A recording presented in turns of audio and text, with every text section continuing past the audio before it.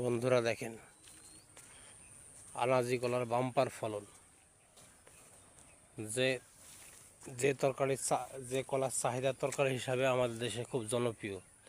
অনেকে কাঁচা কলা বলে থাকেন একে, যে কলার তরকারি খাওয়া হয়, এবং এই কলা পাকাও খাওয়া হয়। পাকা যারা খেয়েছেন তারা এর স্বাদ সম্বন্ধে ভালো আইডিয়া রাখেন। যেমন আমরা খেয়েছি, আমরা জানি এই কলা অনেক স্বাদ, খুব সুস্বাদু কলাটা খেতে, পাকা অবস্থাতেও কাঁচা অবস্থাতেও। যাদের পায়খানা, পাতলা পায়খানা হয়, তারা এই কলা খেয়ে থাকে।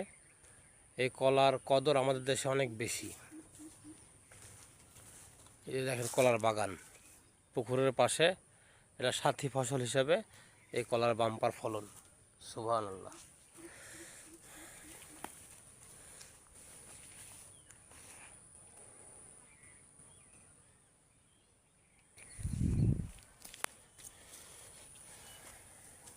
এই যে দেখেন 10 বিঘা একটা পুকুর,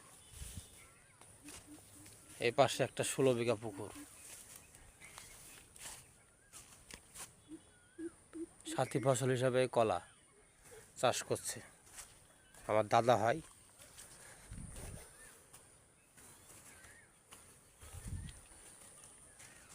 দেখেন প্রত্যেকটা গাছেই কলার কাজ, বাম্পার ফলন।